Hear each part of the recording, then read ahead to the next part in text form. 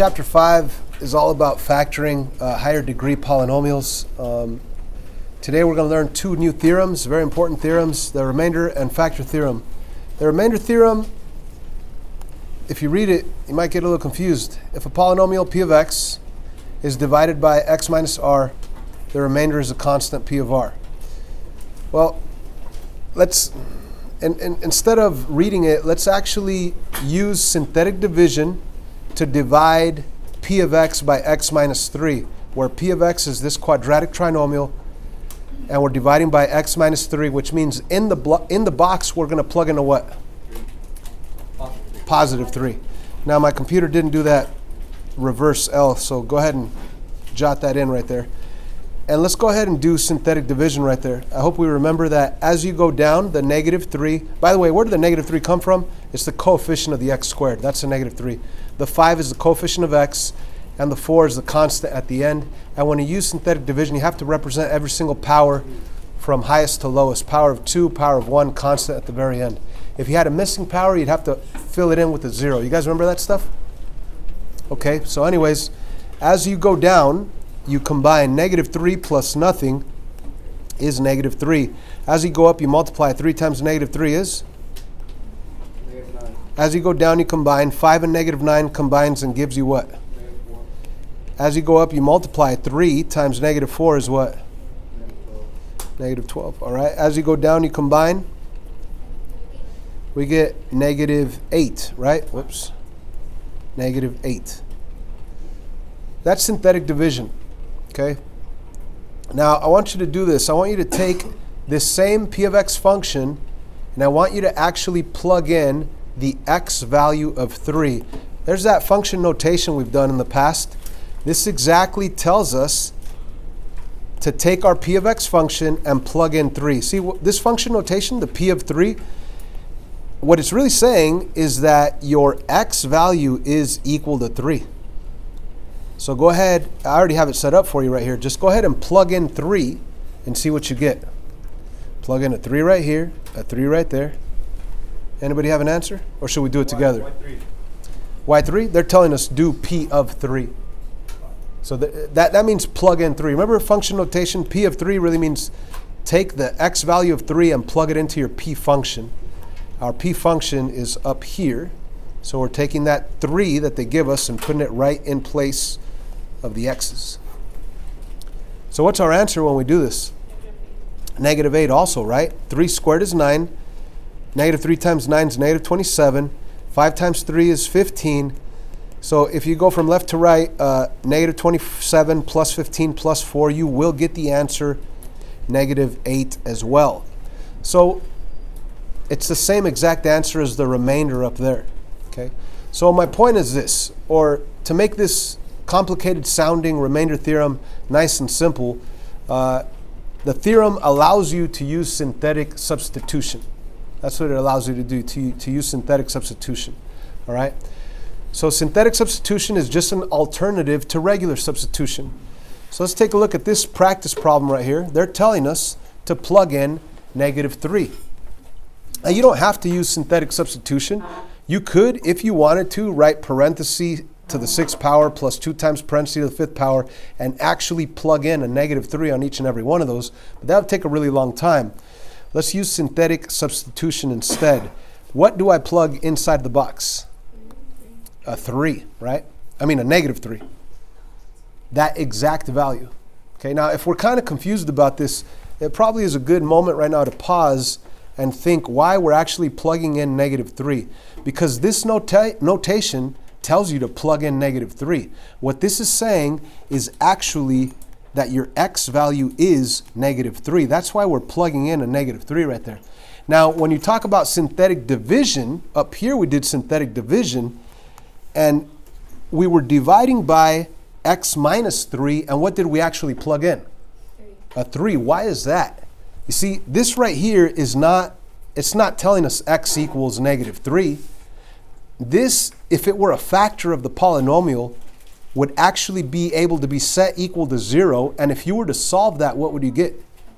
You'd get a 3, and that's exactly why we plug in a 3. So I've always said, oh yeah, just plug in the opposite value because it's quicker. But in reality, what you're doing is you're setting this equal to 0, you're getting the answer, and then you're actually plugging in that x value. Okay? So that's why synthetic division and substitution are pretty much the same thing. But in order for them to be exactly the same thing, you actually have to set this equal to 0 and solve, so you could actually plug in the 3, right? So down here, synthetic substitution, you just plug in that exact value that they give you, and let's write out the coefficients, and make sure you represent every single power. And if you have a power missing, you have to fill it in with the value of 0. Do we have any powers missing? No. Yeah, X is missing. So let's write out our coefficients. The coefficient of x to the 6th is 1. The coefficient of x to the 5th is 2. Coefficient of x to the 4th is -1. Coefficient of x to the 3rd is 1. Coefficient of x squared is -9. Coefficient of x is not there, so we're going to put a 0. And the constant at the very end is 20. As you go down, you combine. 1 plus, there's nothing there. 1 plus nothing is 1. As you go up, you multiply. -3 times 1? -3. Help me out, guys. Show me that you're awake. All right? As you combine 2 and -3, what do you get? -1. As you go down, you combine. As you go up, you multiply. So -3 times -1 is 3. As you go down, you combine. -1 and 3? 2. As you go up, you multiply. -3 times 2? As you go down, you combine. What's 1 and -6? -5. As you go up, you multiply. -3 times -5? +15. +15. As you go down, you combine. -9 and 15? 6. As you go up, you multiply. -3 times 6? -18. As you go down, you combine. 0 and -8? 0 and -18, I'm sorry. -18. And as you go up, you multiply. -3 times -18? 54. As you go down, you combine. 20 plus 54? 74. There's your answer. Now, if this were a division problem, then this would be your remainder. But this is not a division problem. This is a synthetic substitution problem. We are inputting the x value of -3, and we're getting out the answer 74. It's technically an input and an output. So in reality, if I graph this weird-looking 6-degree polynomial function on Desmos, one of the points on that graph will be the coordinate -3, +74. That's just like a bonus, just to know that. But anyway, it is an input and an output. Do we understand synthetic substitution? Cool. Let's practice with this one, g of 4. What am I going to plug in? A 4. You don't do the opposite, right? The only time you do the opposite is when you have synthetic division, when it's a binomial, and you think the opposite of the constant on that binomial. So let's go ahead and list our coefficients. So we have to represent every power. So give me the list of coefficients. 1, 3, 2, constant -50. All right, cool. So as you go down, what happens? You combine. 1 plus nothing is 1. As you go up, you take the 4 and multiply by 1. What do you get? 4. As you go down, you combine. What's 3 plus 4? As you go up, you multiply. What's 4 times 7? 28. As you go down, you combine. What's 2 and 28? 30. As you go up, you multiply. What is 4 and 30? 120. As you go down, you combine. What's -50 combined with 120? 70. Ladies and gentlemen, when you plug in the 4, you get out a 70. Now, do you really need to know synthetic substitution? Not really, because what's your alternative is to do it the old school way. Instead of x to the 3rd, you could say parenthesis to the 3rd plus 3 times parenthesis squared plus 2 times parenthesis minus 50, and actually plug in the x value of 4 right in there. You could do all of this with the calculator. If you don't make a mistake on typing in all those buttons, you'll get the same answer, 70. Are we cool with that? All right, now it's time for the real fun theorem. It's not called the real fun theorem. It's called the factor theorem. Ladies and gentlemen, all theorems are simply truths of math. So this is the truth when it comes to a factor of a polynomial equation. The factor theorem reads, by the way, it's on page 354 of your book if you want to see more examples and a more detailed explanation. The binomial x minus r is a factor of the polynomial p of x if and only if when you plug in r, the opposite of that value, you end up with 0, which technically means if your remainder is 0, then it is a factor. Now, if you're thinking, what the heck did he just say? That's kind of like what I thought the first time I read it this morning, right? So let's take it to something way more basic. The factor theorem pretty much says whether something is a factor or not if your remainder is 0, okay? If your remainder is 0, then that thing that you were dividing by really is a factor. Let's take it back to the 6th grade. What is, or how about this? Is 4 a factor of 12? Yes. Is 3 a factor of 12? Yes. Is 6 a factor of 12? Yes. Is 5 a factor of 12? No. Okay, so when we think about that, well, okay, here's 12. Is 4 a factor of 12? If I divide 12 by 4, I will get the remainder 0. If I say 12 divided by 5, 5 is not a factor of 12. So when I try to divide, I end up with a remainder that's not 0. Okay? And that's exactly what the factor theorem is. It's the truth that when you divide a polynomial by a binomial, if your remainder is 0, then that binomial is a factor of the polynomial. Does that make sense? Just like right here, 4 is a factor of 12. Why? Because the remainder is 0. You could apply it to polynomials and binomials. A polynomial, if you divide it by a binomial, x plus 1, x plus 2, x minus 3, and your remainder is 0, then that x plus 3, or whatever that binomial was, it is a factor of the original polynomial. What do you guys think of that? Does that make more sense, the theorem now, the truth? Okay. So why is 5 not a factor of 12? Because you get a remainder. Why is 4 a factor of 12? Because there is no remainder. It goes in perfectly. Right? You got that? Yes?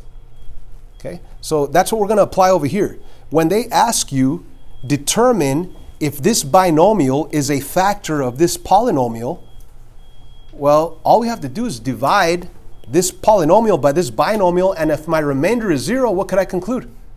Yes, it's a factor. It works out beautifully. If I get a remainder that's not 0, then, hey, that's not a factor. Okay?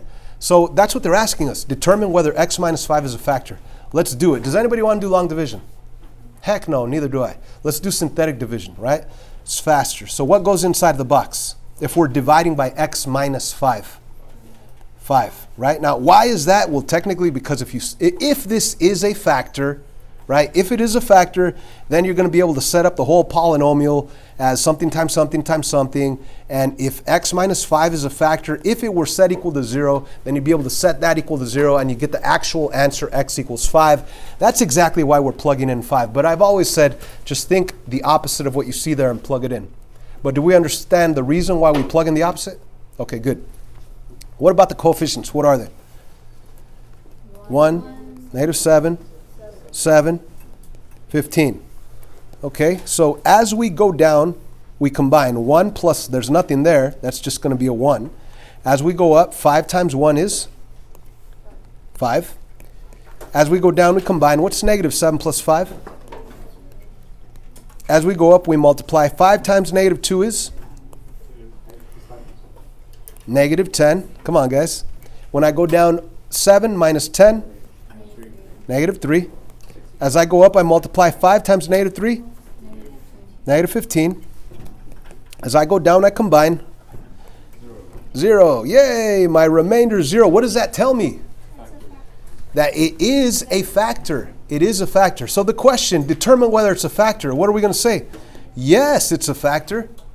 And why is it a factor? Because the remainder is 0. That's exactly what this factor theorem is. It's the truth about when you divide a polynomial by one of its factors. If the remainder is 0, then you know that that's a factor. If it's not 0, you know it's not a factor. Do we all understand this? Let's take it a step further, all right?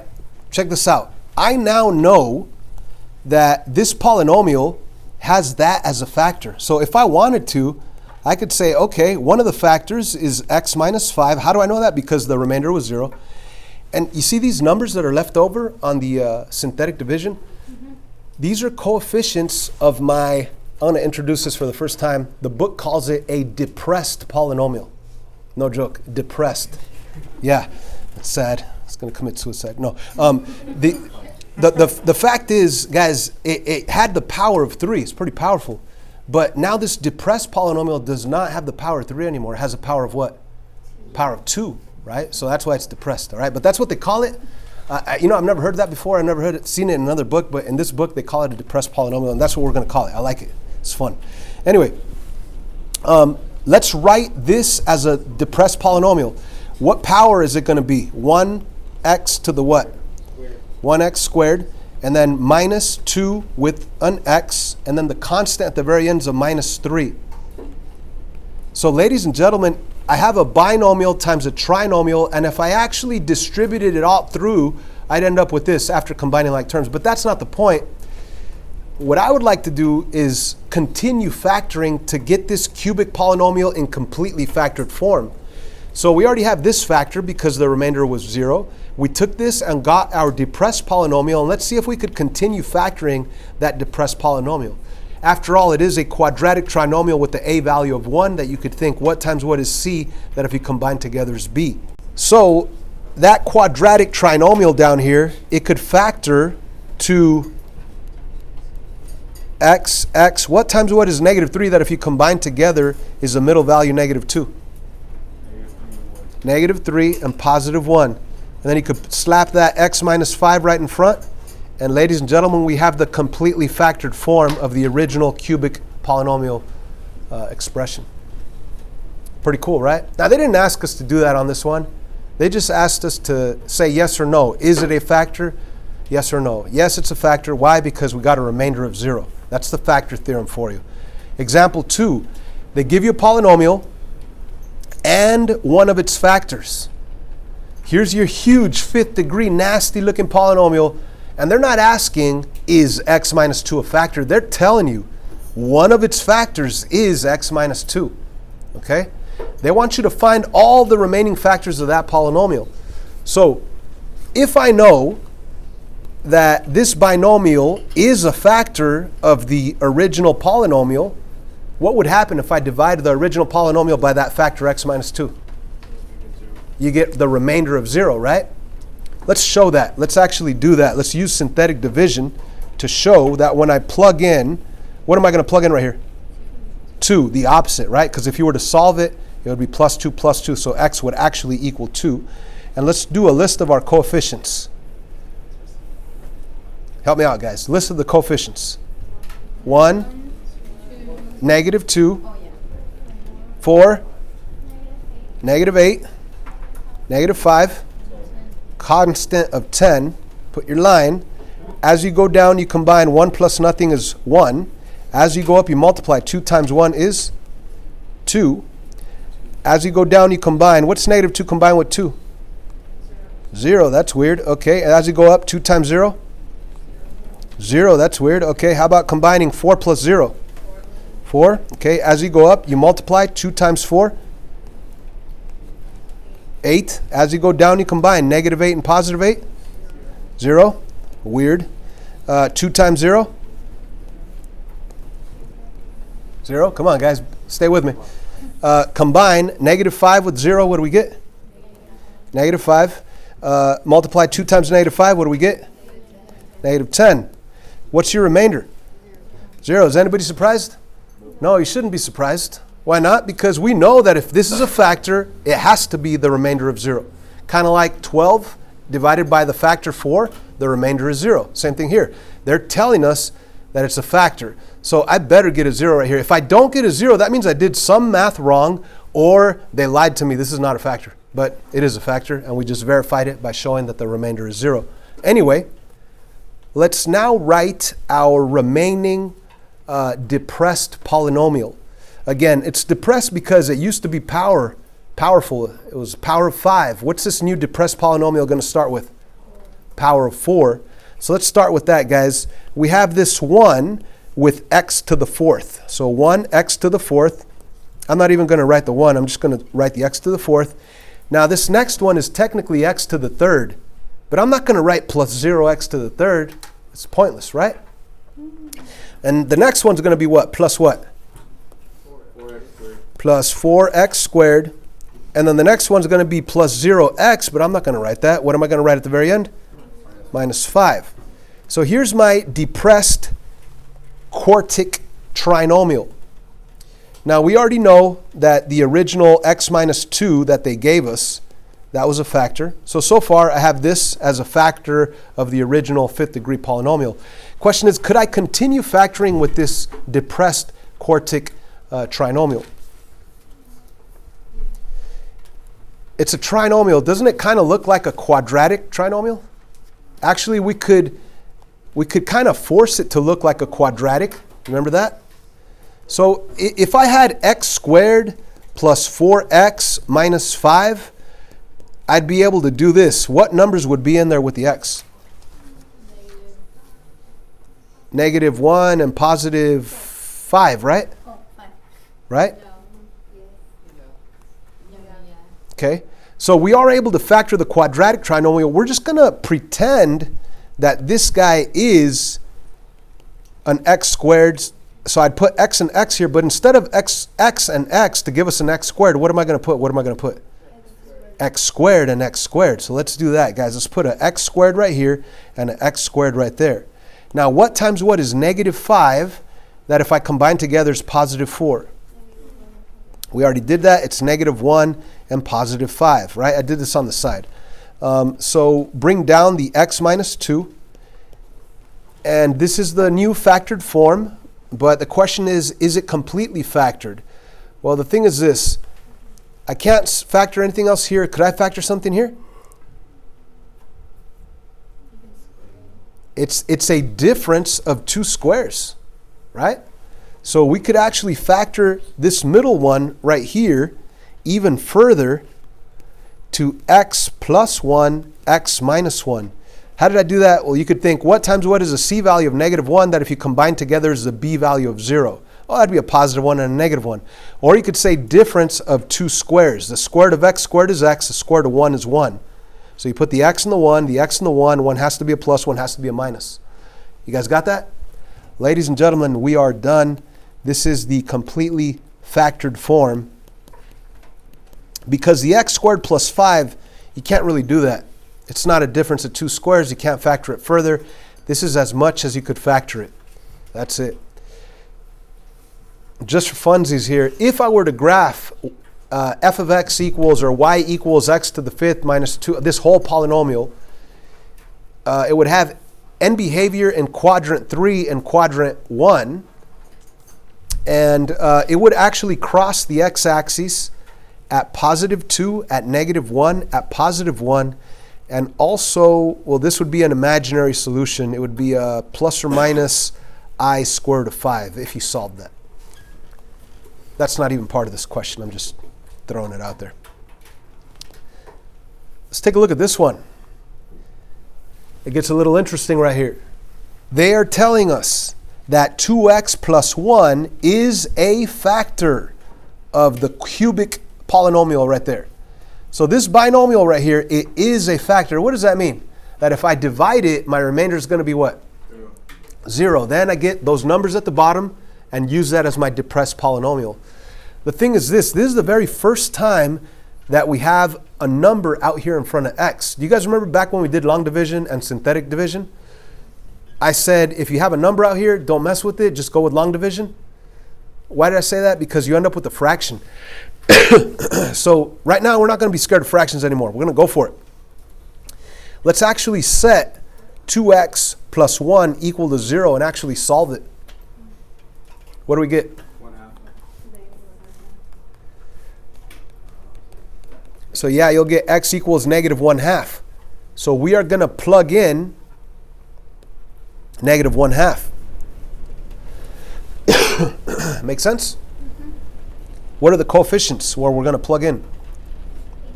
18, 9, negative 2, negative 1. Always double check and make sure that there's no missing powers that you have to fill in with zeros. We're good right here. So we're not going to be scared of these fractions. Let's do it. 18 plus nothing is 18. Negative half times positive 18 is what? Negative 9. Positive 9 and negative 9 is what? 0. Negative half times 0. 0. Negative 2 plus 0. Negative 2. Negative half times negative 2. Positive 1. And yay, our remainder is 0. We shouldn't be surprised because after all, they told us this is a factor of this. And whenever you divide a polynomial by its factor, you better get a remainder of 0. But now we could take these values and create our depressed polynomial. What's our depressed polynomial? 18x squared plus 0x. I'm not going to write it. Minus 2 at the very end. Good. So this is our binomial that we have left over. We already knew, because they told us that 2x plus 1 was an original factor. The question is, could we continue factoring this depressed polynomial? What do you guys say? How? Take out a 2. The first type of factoring we learned was a GCF. That's the first type of factoring you're supposed to try. Pull out that 2. What's going to be left over? 9x squared minus 1. Question is, could you continue factoring inside of the parentheses? That is a difference of 2 perfect square terms. So you could actually rewrite it as 1 plus 1 minus. What is the square root of 9x squared? 3x. What's the square to 1? 1. So there you go. So the completely factored form is going to have those two binomials, and also the binomial they started us with. Let me actually write the whole thing as nice as I can. You're going to have a 2 in the front, the 2x plus 1, and then the 3x plus 1, and the 3x minus 1. That's your completely factored form of that original. Ladies and gentlemen, we have a homework right here. It's not from the book. It's from the worksheet WSP 5.6. All we're doing is questions 9 and 11, and then we're skipping to 17 and doing 17 through 27 odd. Okay, cross out 1, 3, and 15. We're only doing 9 and 11, 17 through 27 odd. Now, I didn't print you out a worksheet. On the back side of your notes, you have all the solutions and all the worksheets. I mean, the whole thing's crammed. There's no space for anything. I decided to have you just copy down the questions from your solutions page into your notebook and do the work in your notebook. All right? So let's jump to number 9. And in your notebook, copy this over again. And they want you to plug in negative 3 and positive 4. That's what they want you to do. It says find f of negative 3, find f of 4. So to do f of negative 3, you could plug in a negative 3 right here, right there, and do the whole math with the calculator. Hopefully you don't make a mistake. Or you could use synthetic substitution. To substitute negative 3, you simply plug in that exact value, negative 3, and put your coefficients. And whatever you get as the remainder is not the remainder, it's not division, it's substitution, which would mean it's your output. So whatever number you get out here, that would be your output. So let's do this quickly. The 1 comes down, that's a 1. Negative 3 times 1, that's negative 3. 3 and negative 3 is 0. And then negative 3 times 0 is 0. 2 plus 0 is 2. And then negative 3 times 2 is negative 6. And negative 50 and negative 6 is negative 56. So when I plug in a negative 3, I get out a negative 56. Check the answers, guys, on number 9. Is your first answer negative 56? Yes, perfect. All right. So they don't only want you to plug in negative 3, they also want you to plug in 4. Now, if you want to see that work, we actually did it on the other side. On your notes, I did it as one of the examples. So you could plug in a 4, check your notes, it's right there, the work's shown right there, or rewind this video and you'll be able to see me plug in a 4. Also, if you wanted to, you could replace your x's with parentheses and plug in the negative or the 4 that way. Okay, it's up to you. So either way, you should get the correct answer, either by plugging it in the old school way or plugging it in with synthetic substitution. I do want to try this problem right here. This is a fun one. On this second half, this is the important part where it says, given a polynomial and one of its factors, find the remaining factors. So they give you the polynomial and one of its factors. It's the binomial x plus 2. They want you to find the other ones. Well, if we know that this is a factor of this guy and we divide it, what's our remainder going to be? Is anybody awake?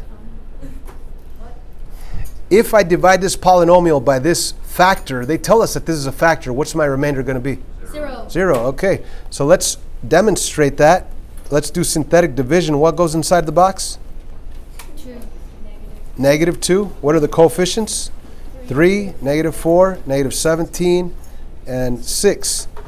So as you go down, you combine. 3 plus 0 is 3. As you go up, you multiply. Negative 2 times 3 is negative 6. As you go down, you combine. Negative 4 and negative 6 is negative 10.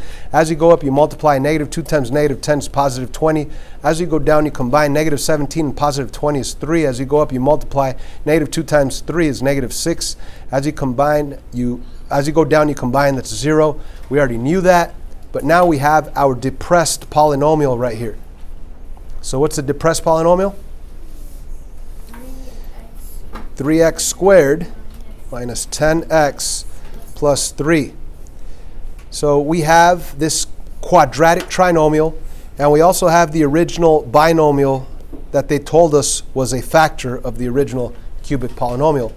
So the question is, could we continue factoring this quadratic trinomial? Could you pull out a GCF? No. Could you think what times what is 3 that if you combine together is negative 10? No, why not? Because the a value is not 1. What happens when the a value is not 1? Quadratics should be our specialities, guys, right? Exactly. When you have an a value other than 1, step 1 to factor is to multiply a times c. You're going to get 3 times 3, which is 9. Then you think of the multiples of 9, like 1 times 9 or like 3 times 3, and see which of those pair of numbers combines together to give you the middle value, negative 10. So that would be a 1 and a 9, but that would give you 10, not negative 10. So we have the right numbers, we just have the wrong signs. So put that as a negative 1 and a negative 9. That's the correct pair of numbers that you want for step 2. Step 3 is to do a binomial times a binomial where you have an ax right here, ax, ax. But what is our a value, really? 3. So I'm going to erase that a and put a 3 right there. Erase the a, put a 3 right there. So we really have a 3x and a 3x. What goes in the empty spots right here? The numbers from step 2, the negative 1 and negative 9, go right in there. Negative 1 and negative 9. And what's the fourth step? To magically divide by whatever you can on your binomials. On the first binomial, you can't do anything. Can't divide by 3 or by 1, so you leave it the same. On the second binomial, you could divide by what? 3, and what do you get? X minus 3. So we have the original x plus 2 that they started us with, and we found the other factors, 3x minus 1 and x minus 3. Brilliant, isn't it? So we have to start loving synthetic division because the numbers in the bottom give us our depressed polynomial that we could usually continue factoring. So please do this work, finish it up. Ask me for help if you need it. Or should we do another one? I don't know, it's up to you guys. What do you say? One more, just because you guys are awesome. 19. They're telling us this is a polynomial, this is its factor. So what am I going to do? First, I'm going to demonstrate that it really is a factor by doing synthetic division, and my remainder will be 0. So what do I put inside the box? 3. Why? Because if I were to set this binomial equal to 0, my x value will be 3. Anyway, let's do the coefficients. We have a 1, a negative 9, a 27, and a negative 27. As I go down, I combine, right? So if I go 1 plus nothing, that's just 1. And then I go 3 times 1, what do I get? Help me out. 3. As I go down, I combine. What's negative 9 plus 3? All right, guys. Everybody help me out here. What's 3 times negative 6? Negative 18. As I go down, I combine. What's 27 take away 18? 9? Let me do it in red. I'm sorry. And then as I go up, 3 times 9? 27. And are we surprised that the remainder is 0? We should not be, because they told us that it is a factor, which means that the remainder has to be 0. If it's not 0, we did something wrong, or they're lying to us. Okay, now let's get our depressed polynomial from here. What's it going to be? It's the 1x squared. okay, 1x squared minus 6x plus 9. That's your depressed polynomial. It's a quadratic trinomial. That's our speciality right there. Could we factor that? Heck yeah. I think. I'm not sure. What times what is 9 that if I combine together is negative 6? Negative 3 and negative 3. And let's not forget about the original x minus 3 that they gave us as an original factor.